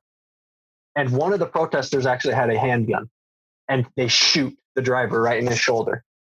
And so the driver, he burst through them, and they fire 2 more shots through the back window, and this man gets hit by the shot. And so that man ended up going to the hospital, and he ended up being okay, thank God. But these protests are dangerous. Like you were saying, like if you're bringing a gun to a protest and you're actually going to shoot somebody with it, what's going to start happening now is if I'm driving in the street and I see a protester and they're surrounding my car, I'm blasting through them. I'm not letting them shoot me, And some people will call me a murderer for that, but it's like, no, I'm actually protecting my life. And so I agree with you. I feel like we should create an area where protests can take place safely. I think that's actually definitely a very good idea. Yeah, man. It's because like Braydon, I'm a reasonable guy, I'm out there. I was one of the people where it's like, I will say, there is a lot of people at these protests that were saying, don't throw shit and don't be a jackass. And people were checking people. And that's why I was like, oh, there we go. Like we're on the same page. Like peaceful protest is what we kept chanting, But it's like, we're doing this on a sidewalk. We weren't allowed to go on the street. And I mean, these are hundreds of people like walking down the sidewalk, which typically happens on Las Vegas Boulevard, but not as concentrated. But you're just like, why? Why? And what I envision, man, and I've brought it up in another podcast, is that kids growing up in this moment in time are going to have the most divided upbringing that we've ever seen in these past couple of generations. Like you can't be friends with a Trump supporter, right? Like that kind of thing. Exactly. And then it's going to get portrayed to the Republican Party, and then you have an extreme division in children growing up. And I'm going to be a teacher during all this time, so like I'm going to have to work. It's your job to try to help that, right, and try to present to them like you. I tried. My kids are. I teach socially emotionally challenged in special ed, so I tried this year. They're sophomores, so none of them could vote. They're like sophomores and freshmen. But I tried to get them to take online is the I side with quiz, where it lists all the political policies and topics and stuff, and you choose, how you feel about each one, and it goes really in depth. And then it'll compare your answers to which political party you're more leaning towards. I highly recommend everyone to do this. I was starting to get them to take their own quiz, but like I said, like it was tough. Because you only get government in school for fucking a year, your senior year. Is that the same way it is in Provo? What do you mean? We took government for 1 year, our senior year in school. In Utah, I think I took in high school. I'm trying to remember. I think I took 1 or 2 classes I think it was just 1 class about the U.S. government. Yep. Okay. Yeah. I figure it's all on. We're all underneath this. The craziest thing, right, in education is we are all teachers are required to follow these set of standards called the Common Core standards. I'm sure you've heard of them. We're required by law to make sure that we hit each one of those standards in a school year. So teaching is planned out, bro. Like, and when you talk about learning history and stuff, that stuff is planned out. It's up to the teacher and how they present it to really highlight the importance of certain areas. But like, it's crazy. The shit is made for us. And I feel there needs to be that shift in teaching where, you know, like you said, in universities, you're able to do it. You got to hire more conservative professors. You got, at the same time, in public schools, you also have to present content in history that represents, you know, different points in history that aren't really highlighted. You know, there's not a lot of Black history taught. The history about the Indians and the Native Americans. I feel like I never learned about was the Soviet Union at all. I never learned squat about them. All I hear about was Nazis, you know, but I never learned about the Soviet Union and what happened in the Cold War very well at all.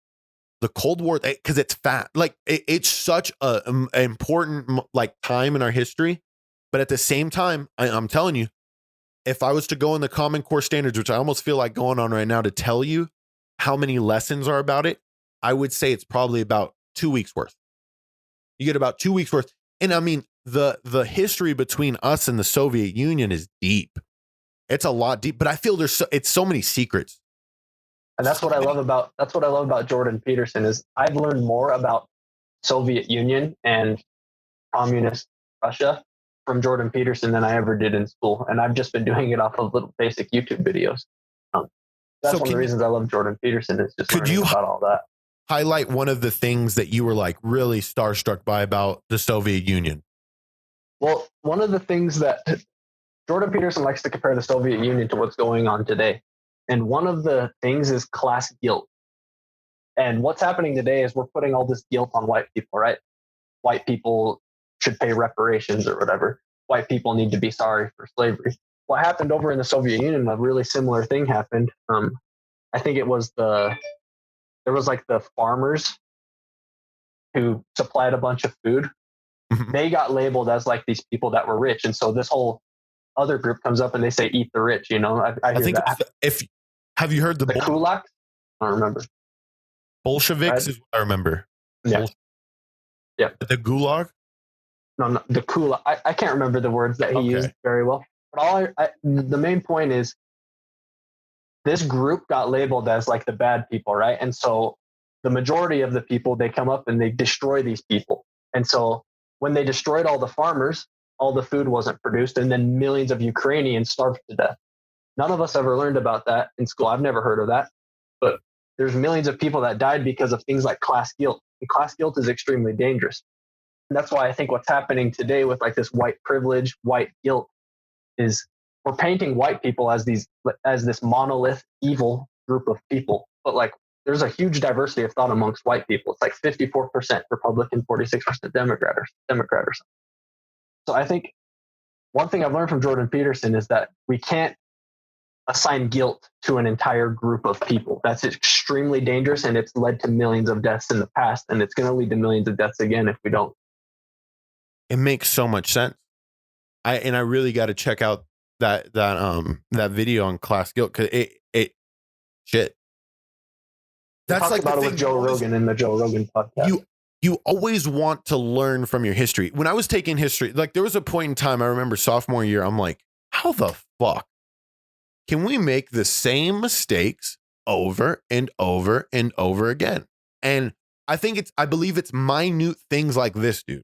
Like absolutely. It's shit that you can't even imagine. Because I used to think, like, you know, why can't people just be content with where they're living? And like, why do they have to go invade other countries? Because you know that when you do that, you're going to end up that's human history is divide and conquer, right? All human history from the jump. Divide, conquer. Oh, and I mean, we're still looking to like we mentioned earlier with energy and the energy dominance that the United States wants to have. It's nuts. You cannot blame people for just their color of skin. And I've seen too many of these posts where it's if you say all lives matter, like they'll say, did you see that lady got murdered for saying that the other day? Go into, I did not know someone got murdered. There was a lady who on the street got into an argument with an African-American group of people, I believe. And she said all lives matter. And then they got in an argument and they departed. And as she was walking away, one of them shot and killed her. She was just like a 30-year-old mother, I believe. Jesus and Christ. So like saying all lives matter, like I understand the argument behind it, but like, why are we killing people? No, there's no argument, Braydon. There's no argument, because the fact that you have, obviously, when you're underneath the Black Lives Matter movement, if you are a person who's not racist, you're also under the All Lives Matter movement. And you can't be upset when people say all lives matter, because God damn, you have to realize it. If you're categorizing certain people, like, you yourself are the problem. Yeah, definitely. You have to be, if you're not racist, you're an all lives matter person. And I was mentioning to my girlfriend, it's like, we're going to have to go through our entire lives, I feel, from here on out, where it's in this constant explanation of what you believe in and how you feel. And if you're not careful, you're not precise, you end up just like that woman, but at the same time, that woman's got to get out of that situation. You know what I mean? Like, if I was in that situation, I probably wouldn't say it, just simply because I know what's going to happen. But you should say it though, right? Okay. I'm going to get shot. I don't want to get shot. Do you think this woman crossed the line though? I absolutely do not feel like she crossed the line. I haven't seen, I don't know if there's a video of it. All I wish there is. She said it. I wish there is. Then they shot her. I hope there's a video out there showing the whole conversation. Because if not, now we're talking about this, right? Yeah. And like, what if she said called them the N-word or something and tried to something ignorant, right? Something along those lines where it's like, shit, now you're crossing the line. It's, but you cannot, like I said, I'm going to say it one more time. If you are a Black Lives Matter person and you are not racist, you are underneath the umbrella of all lives mattering. I was talking, here's another thing I talked to Cameron about. I was like, is it wrong to say that you don't see color? We had this debate because I believe, in my eyes, right, without explanation, I should be able to say, I'm a person who lives not caring what color I see. I don't see color. And I feel like that should be automatically like, okay, this guy gets it, But like, how do you feel about it? Because she was the complete opposite. Well, I've seen a lot of people like on Twitter. If you go on there and you say all lives matter, or if you go on there and say color doesn't apply to me, or like you don't think of color, then they just attack you and call you racist. And it's so counterproductive. It doesn't make any sense. I agree with you completely. Like, that's not, like, if you're a part of Black Lives Matter, saying all lives matter is a good thing, because that means we're saying everybody counts. I don't see the divide there. Yeah. I don't know if you saw this on Instagram today. This is like part of the problem. Like, you can see it. It says mute white people. That's one of the Instagram stickers today. And this is what's going around. There's so much division and so much identity politics going on that we're going to literally replicate what happened in the Soviet Union based off what I've been learning. We've got to stop labeling people by their skin color, and we've got to label them by their character, like Martin Luther King Jr. said. I think right now is the perfect time to go into the documentary that you provided me. When I first had talked to you over Xbox, you were like, we had that hour-long conversation. You said, there's this great documentary that came out. The title's Uncle Tom, and it just came out in 2020, and you let me watch it. And my initial reaction to it was like, there's those outliers, bro, where it's like people that aren't affected by the stigma that a lot of Black people have in this country. What I saw a lot of was people of Black people who were just generally good people of character, who were motivated and wouldn't let anything set them back. Now, I'm saying there should be a lot more people that see their message and are like, okay, like, I could be a person who believes in this point of view and still be a great hard worker, live a life free of any racial division. Because all those people, they said that they didn't start getting like fought back against until this whole Donald Trump coming into office. I wish I would have spoke to you when I just watched it. A lot of things were fresh in my head. But what were your thoughts on the Uncle Tom documentary? The Uncle Tom documentary really opened my eyes as a Republican, because one of the main things to highlight in there is how Republicans don't reach out to Black communities at all. You remember that part? Yes. They talk about how the Republican Party is bad at messaging to them because we just assume that they're a monolith. 95% of them are going to vote Democrat. Don't even try. That was one of the things that really opened my eyes. It's like, wow, the Republican Party really needs to actually reach out, because some of the points they make in that movie is, a lot of the African American community actually is conservative when it comes to like family values. Like they believe in the family, Yes. But one of the biggest things that whole movie showed me was how hip hop culture has destroyed Black culture. Okay, elaborate. Because I remember this part, but I want you to speak your point. Yeah. So take, for example, you got Trevor Noah. Do you remember the part where Trevor Noah and Ben Carson? Yes. So you've got Ben Carson, okay? He is a brain surgeon, the first African American to ever perform brains. Actually, the first person ever, I believe, to perform surgery on conjoined twins. Yes, he was. Ben Carson was. Why is Ben Carson not celebrated in the Black community? Instead, Ben Carson is made fun of relentlessly by everybody on the left. You got Trevor Noah going in there just making fun of how Ben Carson says the word, I think it was ghetto. He's like, are you making it ghetto? And they're all just making fun of him. It's like, Ben Carson should be celebrated. Like, that man has done enormous, incredible things, regardless of if he's a Republican or not. Ben Carson did amazing things, and you guys just trashed him. You told him he wasn't Black. You told Kanye West he wasn't Black. The problem is they're literally just removing the Black. They're saying you're not Black if you are a conservative. And Joe Biden literally just Joe Biden said that.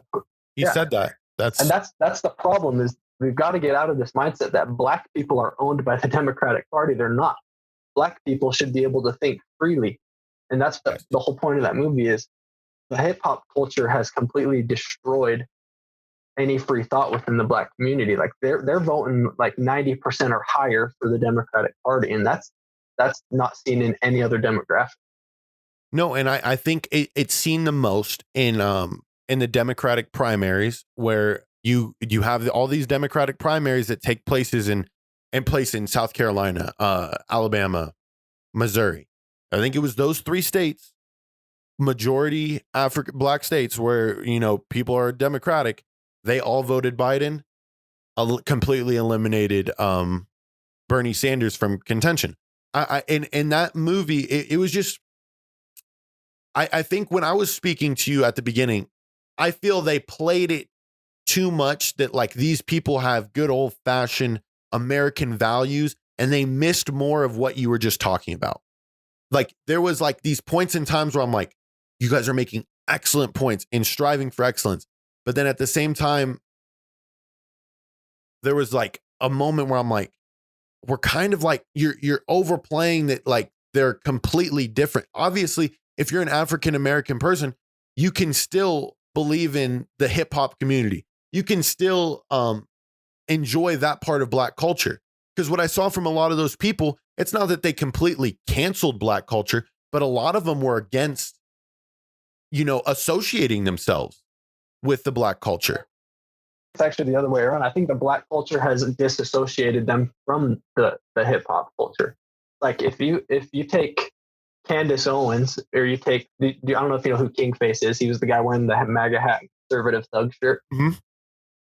Like those people, they talk about how they've tried to talk to their community, but they just get told they're not Black. They get called Uncle Tom. Like that's the whole point of the movie. They get called Uncle Tom. They get called Coon.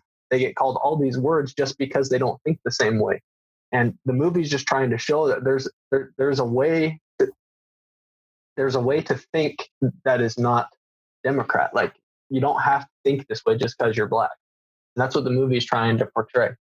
And I agree. They kind of show like how they're really different from the community. But I think that bringing on guys like Kingface, he used to be I don't know if you know any history on him.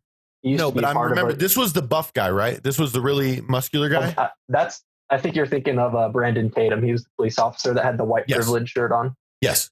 Okay, well, he's really good as well. But Kingface is a guy. He was wearing the shirt that said "conservative thug" on it. Okay. I'm going to look him up right now. Keep going. He is a former Blood gang member. So he's from this community, like the gang life, the hip hop culture life. He's from that community, and he's come out of that. And basically, he's disowned by that community simply because he's a conservative. And this is the problem: is these people are allowed to think this way. Like we can't. I think it's racist for the Democrats to think they own the black community, and that's what happens every 4 years is they play to their emotions. They say every 4 years, like you don't hear about Black Lives. Like if you go and look at the Google searches for Black Lives Matter, every 4 years it goes down and then it goes way back up election cycle. As soon as the election's over, it's going to disappear again. You will not hear about Black Lives Matter until 2024. I think they did a great job in the documentary of portraying how many Democratic policies have have put a lot of black communities in poverty. And those are the point where it's like, you learn for yourself that like, there was stop and frisk, but at the same time, there was Clinton signing the deals, putting a lot of people in prison for the hell was it? For the drug offenses, low level drug offenses. And I think this is a good time to bring up Trump's First Step Act. Can you explain that for the people?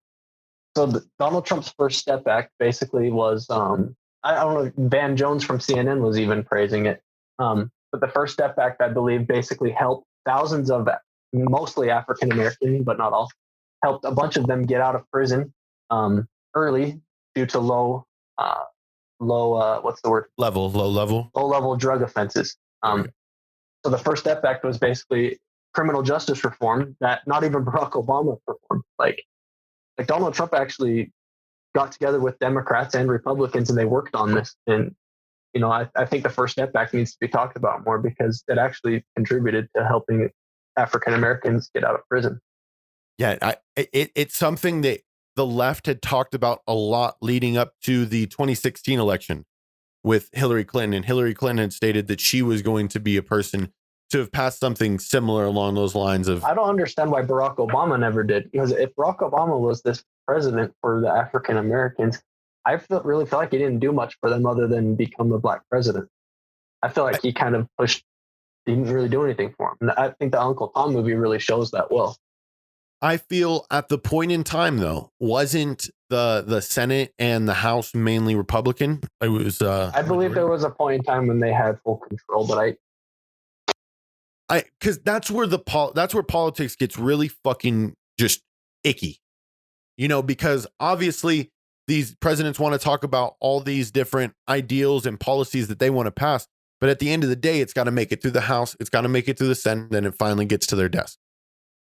And it's a long, arduous process, man. And I feel, you know, that's what will prevent us from being like Russia. I feel we have those checks and balances in place to understand that, you know, it's never going to completely be a full majority just ongoing. I feel that there will come a point, right, where if the left keeps continuing to go down this extreme path, there will hit a point where people are going to be like, guys, let's open our eyes. Let's be a little more realistic. And I feel at that time, and this is just us, I know you had mentioned something about Black Lives Matter becoming a party, right? Becoming its own political party. I feel you're going to have that. But at the same time, I feel another political party is going to come out where it's finally like the in-between, like political party. I feel like there's a lot of disenfranchised Democrats right now that don't want the socialist communist policies of the left, you know? I feel like there's a lot of people like you that are, I feel like you, I don't know if this is accurate, but some of the things you believe the left is completely against, like the far left. I feel like the left has gone so far left that there's a lot of Democrats that are kind of floating here, not really sure what's going on. You know? Yeah, and that's where I'm at. That's where exactly where I feel I'm at, because it's so much, man. It's so much to have people constantly pushing these extreme ideas and ideals. And you, if you're not, you're the racist. You're the person that isn't seeing the full picture. And I pray to God, people, honestly, I'm going to break this podcast up in important segments. I feel we hit a lot of important ones. But at the end of the day, for people to at least listen, dude, is key. Because this is what changes America. This is what changes people's views and ideals. It's two people with slightly differing, views of things. But at the end of the day, I think we both agree that, we just want America to be the best it could possibly be. Because my biggest point was the immigration, and me and you both agreed on that. You explained the LGBT thing with your religion. Completely understand that. You're a good person, Brandon, and I hope that when you go back to school in the fall, you're able to talk to more people and at least inform them about the Republican Party. Maybe not as much as not pushing the agenda, but like you get people to talk to you. So what's the first step when you go back to campus in the fall? Probably try to get a like a group setup or a night setup where we can all meet up together. One of the main goals actually of our group is to get everybody in the group registered to vote and getting students registered to vote. That's kind of the goal or the mission of the group. So probably the first step when I get back is probably just recruitment, getting people involved, and just getting as many kids to sign up to vote as possible. Okay. So this whole Students for Trump organization, do they give you like a packet or ideas of how to go along and do this? Or are you kind of just left out on your own to figure it out? I've got advisors that I can go to, and they sent us a giant box filled with posters, filled with things to hand out, filled with, where's my backpack at? Let's see some of this Trump swag. Go ahead. There is. We got these for our backpacks. Oh, I wish focus. Get it to focus. There we go. Little Students for Trump pin. Yeah, you can put those on your backpack. Yeah. So we got those, and then we've got little flyers we can hand out. We've got posters that you can put out. But they said they're actually going to be sending us out a pretty big kit here for the fall semester. So, but they also, like, the connections that they give you are great. Like, I'm in a group chat with some prominent leaders of Students for Trump. Like, I don't know if you've ever heard of Evan Fournier. I think that's how you say his last name. Evan Fournier is actually the name of a basketball player. Does he play basketball? Is it Evan Fournier? Oh, I think it's Ryan. Evan Fournier, I believe, played for the Orlando Magic like 6 years ago. Yeah, okay, it's Ryan Fournier, not Evan Fournier. Okay. I'm into the NBA, so that's why that was in my head. Okay. But, okay. But yeah, Ryan Fournier. So he helps us out. Like, we can ask him questions. Like, I have a group chat with other Students for Trump chapters all over the nation, and I'm becoming friends with these people. Like, I'm in a group chat with like kids from Georgetown, Alabama, University of Miami. Like, we're all in a group chat together. Are you guys gonna if Trump wins in November, are you guys like gonna plan like a fucking sick ass spring break in Fort Lauderdale? They've been talking about going somewhere cool, so I don't know. We'll see. Oh my god, that shit. Oh, yeah. We'll just get called a group of racists by everybody, but right. Honestly, you gotta maybe really plan out the event. Maybe an indoor event. Let's not go outdoor. I don't know. Everybody will say we're spreading COVID if we go indoors. Yeah, you're right. You guys are allowed to wear masks. Hey, are there MAGA masks out right now? I see them on Instagram. Sometimes you can buy them. Yeah, there's MAGA masks. Not specifically from the Trump campaign. But. Okay, so what? Is there like stuff that is specifically made from the Trump campaign? Is there like a Trump place where I could buy like a whole bunch of Trump swag? Trump.com or something? I believe you can get Trump swag on their whatever their website is. I don't go to it very often. I'm not like I don't like worship Donald Trump. Would all those profits from that website like go to his campaigning and stuff? I believe so, yeah. Okay. And that's I think it's more when you donate to the campaign, you get like a hat, you get other stuff. Okay. Do you get are you signed up for those political emails? Like, do you get a shit ton of those saying donate to the Trump campaign? And I'm signed up with in 2016, I donated to the Trump campaign, and so they've got all my information, but I haven't really gotten. I've seen a lot of stuff circulating on the internet, like where they're like going way overboard on it. I really don't know if that stuff's real or not because I haven't gotten any of it. Like, it's real. Okay. I've been seeing a lot of Trump ads on YouTube saying, "Do you approve of Trump?" Do you know what do you know about that? Is that just trying to get polling? I'm not sure. I think it takes you to their website and tries to get you to donate. I'm not sure. I haven't ever clicked on it, so I don't know. Yeah, I haven't I might click on it today and just fuck around with it. See what is going on over there. So, last thing, okay, you're a Jazz fan. What do the Jazz need to do to make it to the finals? What do the Jazz need to do? Well, it hurts that they lost Bojan Bogdanovic. That was a big. He's What out happened now. to Bojan? He had wrist surgery, so he's done. So we're gonna have to rely on probably Emmanuel Mudiay to pick up some minutes now. But for the Jazz to make it to the finals, they've got to have Rudy Gobert and Donovan Mitchell healthy. Obviously, if one of those two get hurt, it's basic. It's going to be tough for them to get to the finals anyway, just because of the injury of Bojan Bogdanovic. But I think the number one thing for them is just their defense. That's their identity. If they're able to lock down teams, then they can win games. Yeah, that Frenchman in the middle is a pure rim protector. I'll tell you that. Yeah. I think he's leading the NBA in blocks this season, and also coronavirus cases. Yeah, he's got back-to-back decoy. So he has back-to-back defensive players a year. Yeah. Did he win it this year? No. He's going for the third one this year. Yeah. I find if you're leading in steals, I really have not heard anybody. But see, defense is a lost art in the NBA, dude. Yeah. I mean, it is. Teams want to go out and run and just outscore people. I feel that's what makes the Celtics dangerous. They actually play a little bit of defense. Who do the Jazz look like they're going to have round one?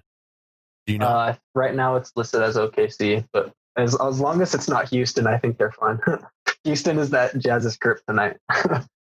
Yeah, but dude, I feel you get Houston at the right. Houston is so fucking spotty. I mean, they're a bad shooting game away from losing. You know what I mean? Like they got to be on. And I feel what helps the Jazz out a lot lately is they've got Jordan Clarkson now. Jordan Clarkson coming off the bench has been huge. He is like their first 12 games with him. I think they went 12-0. Like he is infused that team. Like coming off the bench, he's basically a young Lou Will in my opinion. Like he gets buckets every single night, no matter what. I get it. Lou Will's a fucking bold comparison because I think he's a young, like he's going to be the next like sixth man that goes throughout the league and is always a sixth man, that kind of guy. That's what I mean. Not like their game maybe, but he's the sixth man of the future. Okay. I could see that.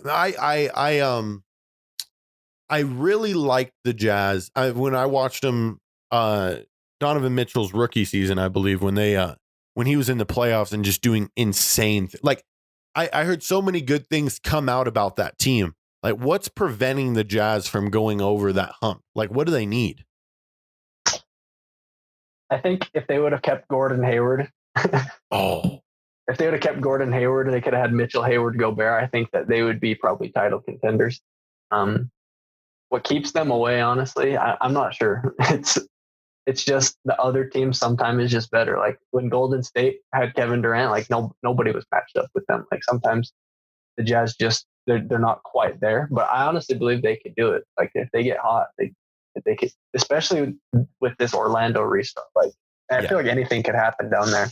Like I feel like some team could be more sneaky than they would be before. I agree. I definitely see them getting through OKC in the first round. I mean, I know that there's been that rivalry.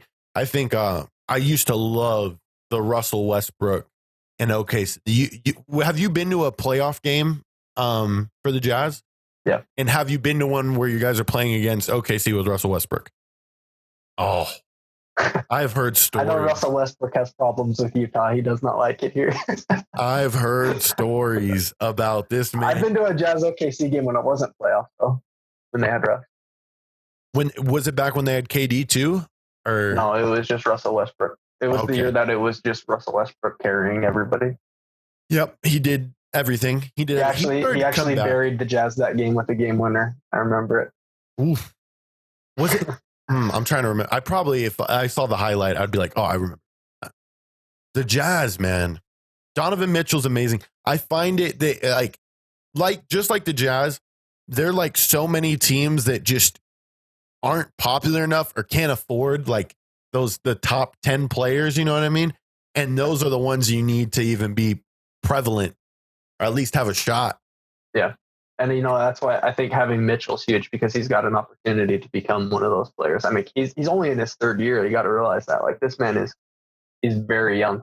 So, and the Jazz are about to lock him up once he's done with his rookie deal, they're going to lock him up probably 6 more years. So, yeah, no, I am a firm believer that teams get better through free agency, not through draft picks. I pray to God that you guys don't. Well, the thing is, right, if you fall and you end up getting those earlier draft picks, you can trade those off for the big time deals. But yeah, you guys are just that one piece away. I believe shooters. You like Bojan. You put someone else out there with him that can. He was dropping 20 a night this season. That loss is huge. Yeah, man. And there's no way. I feel if you guys would have kept Gordon Hayward, you guys might have contended a little tougher. But he's a Celtic at heart, baby. He's a nice little white guy. He kind of looks like a leprechaun, like a tall leprechaun. That's my boy. Braydon, I fucking damn near cried. When I was watching the very first Celtics game, him and Kyrie were playing.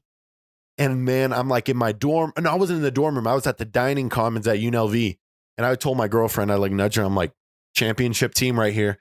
Nobody's stopping them, right? Next play, alley-oop to Hayward, fucking snaps his leg. And I'm like, oh, there it is. But then I was still hopeful. I was like, we got Kyrie, we got young Jason Tatum. And then Kyrie he is cancer. Kyrie is cancer. He is going to lose the Nets the championship. Mark my words. He's not as good as Steph. And people need to realize that. Like, that Nets team is nowhere near as good as that Golden State team was. Complete opposite. KD had people to bail his ass out nightly and have the actual ability to do that. Kyrie is good in spurts. And then the playoffs come, and then 16 was incredible, though. 26, yeah, but I mean, who carried him there? The greatest player of all time. I mean, he was dropping. I think it was game 5 or game 6. He put in 40 a night. He was dropping 40 points. He had some incredible plays, and he hit that 3-pointer over Steph in game 7. Yeah. But see, that's part of the spurt there. Yeah. My like, he can't be the guy. There's got to be something. Yes, my love for Kyrie Irving it quickly dwindled after I saw him go 7 for 28 in multiple playoff games. I was like, oh, well, you're not I'm happy the Celtics didn't do well, because I don't like Gordon Hayward now. So he is a traitor, bro. Everyone was like, that's a little Utah boy. He's fucking right at home. Rudy Gobert was posted on his story like that song "These Hoes Ain't Loyal," and he was vibing to it as Gordon Hayward left. That's great, bro. That's great. It's going to be tough for them to do it. Who do you see in the NBA Finals? You want me to be biased, or do you want me to be serious? I want you to be serious. Don't tell me the fucking Jazz are making it. It's probably going to be LeBron and the Lakers versus. I'm going to take Lakers versus Bucks. Probably. Okay. I want to see LeBron Giannis Finals. I think that'd be exciting. Other than the Jazz, if the Jazz aren't going to make it. Yeah, a LeBron Giannis Finals sounds a lot better than a Donovan Mitchell Celtics Finals. Sounds better. I'll take it. Hey, Mike Conley, baby.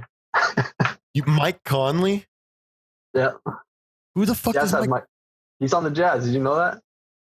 No, I didn't. I lost track of Mike Conley after he went Mike Conley's on after he left Memphis. Yeah, that's where he went to Utah. Okay. Oh, okay. I don't remember. I didn't see a lot of Utah games this last year. I'm gonna be so Mitchell and Mike, baby. Mitchell and Mike. He's a good point guard. I forgot you guys had him. He's solid. Yeah, he is. He kind of had a struggle this year, but he had adjustment before coronavirus started. He started having a few good games. If you want to see a good game of him in the Jazz uniform, it's when they beat the Celtics on the road this year. That was probably his best game. We were probably sitting out our best players. I got to look into that. Tatum. Everybody. Tatum was there. Tatum Brown. Kemba was there. Kemba, oh, man, I'm excited to watch him. I'm excited to watch him in the bubble. This Celtics team is they're loaded for a finals run. It's just stopping Giannis. I feel they can get to that series with them, but if you don't stop that insanely, Giannis might go down. If he gets a shot, Giannis is on pace to be the greatest player of all time. Yeah, he's not even in his prime yet. He's thoroughly unstoppable. Like, I wish I would have been old enough to watch a young Shaq. I was like 3 years old at the time. But like, I feel he plays like a faster young Shaq, like a Shaq they could handle. Yeah. Because has he shit on Rudy Gobert? Like, have you seen a couple of those matchups? Giannis? When the Bucks came to Utah, Rudy actually swatted the heck out of Giannis. That's one of the highlights of the season is Rudy Gobert taking Giannis out. Giannis actually struggled really hard against the Jazz in one of their games this year. So. Well, it's because Bojan hit a buzzer beater over them too for the win. No shit, man. I think when I was making the prediction, no, I didn't, because I did like an NBA prediction thing. I don't think I highlighted the OKC Jazz series, but you're changing my mind a little bit. OKC with CP3 is like a really good young team. They got pieces in certain areas. I think Steven Adams and Rudy would be an amazing thing to watch. Yeah. That's gonna be a good. Never forget about Joe Ingles either. Don't forget about the dad. You fucking are related to Joe Ingles. You look similar to him. He's from Australia. Not even close. Not even close, mate. Braydon, it's been a pleasure, dude. We've almost gone 2 hours, man. I thoroughly have enjoyed your conversation, man. If I feel I should have you back on like right around election time. If there's a debate, we gotta chat about it. Absolutely, I'm totally down. All right, Braydon, I'm gonna leave you this time right now. Shout out anybody you want to shout out. I always do this for my guests. Shout out, okay. I just want to shout out the Raging Patriot. Everybody for the Raging Patriot. Everybody should go follow the Raging Patriot on Instagram at the Raging Patriot. If you are a Trump supporter or you want to see kind of what the Trump supporters are thinking, I'd recommend looking us up on Instagram and checking out what we say and actually reading it, because we actually fact check our stuff a lot harder than maybe even the New York Times does. So I want to say go follow the Raging Patriot, and you can keep up with kind of my beliefs and how we're thinking. I think that's perfect, man. I think this conversation is one that will kind of get my podcast to jump. I feel we're good at conversating, bro. I feel like we got good questions. I need you to push this for me, Braydon. I'll do my best. I'll try push this on your page, dude. It's important for people. I'll see what I can do. I'll see if we can get. Maybe I'll write an article about it, and I've got an article to post tomorrow. Maybe when will you have the video ready? By tonight, tomorrow, more realistic. If not, I have articles Tuesday, Friday, so I can write an article about our conversation on Friday. If not, that would be amazing, man. It'll get posted out to our 120,000 followers. Plus, we got Twitter, Facebook that has like 5,000. Our reach, I believe, is about, because we've got other pages that our owners have. Our reach is about 2 million right now. Wow. We had 2 million hits on our website the first 2 months. So we're growing pretty fast. Yeah, man. Well, good for you, Braydon. You're doing a lot of good things, bro. I hope you stay healthy. I know you're back in your college apartment, man. That's good. I'm glad to hear that everything's starting to come back to some normalcy. Yeah, it's been a pleasure talking to you, partner. I want you to have a good day, all right? All right, you too. See ya. Yep.